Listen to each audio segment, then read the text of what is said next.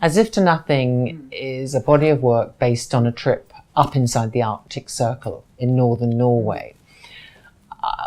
My husband and I were keen to go there, partly to see the Northern Lights, it has to be said, but partly because I love desolate, empty, monochromatic landscapes. And of course, that was what we were going to get at the end of January in northern Norway.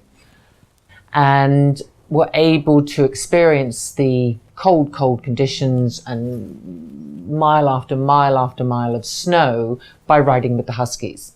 And we enjoyed riding with the dog sleds so much we actually did it twice. So you're able to get out into deep, deep country, really empty country with, at first, there's nothing there, or there appears to be nothing there. And then, you know, you look around and you start paying attention to the tree line and kind of dead, semi-frozen bits of twig, or you start to notice little animals, little birds, or animal tracks in the snow.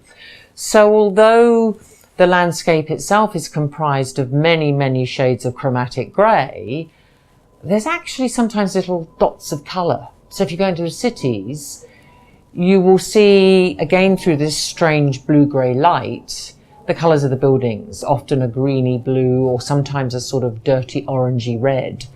Barn buildings are often painted that colour.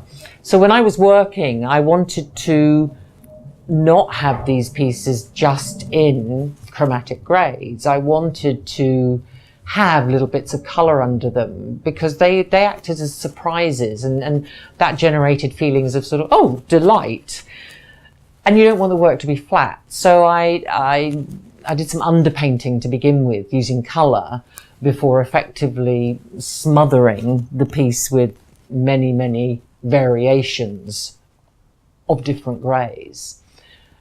And in this particular instance, this one is just called Arctic.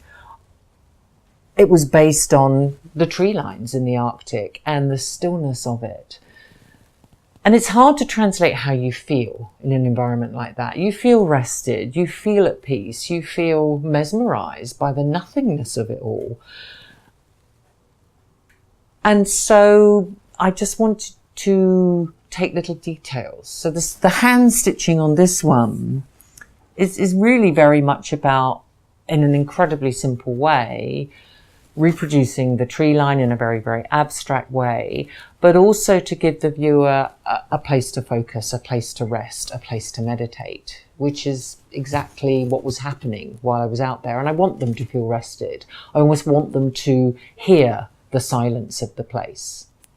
And I learnt to actually love the landscape under the light of a full moon. I had, as I was working, deliberately left some slightly greyer, more naked lines to signify the horizon line that you're seeing, whether that's from the sea and looking at the land and the hills, or whether it's in this instance a line of trees. And I just wanted to reinforce them a little with hand stitch and give it literal texture. You get some literal texture from the way the paint is applied, so if you touch it, it feels quite a little bit rough under your fingertips. But the stitching is very, very present, very, very physical. And because the stitches are quite large, every time you hang this piece and run your hands across the stitching, they kind of bend slightly in different directions as if, I don't know, they're trees being blown by the wind or something like that. The overall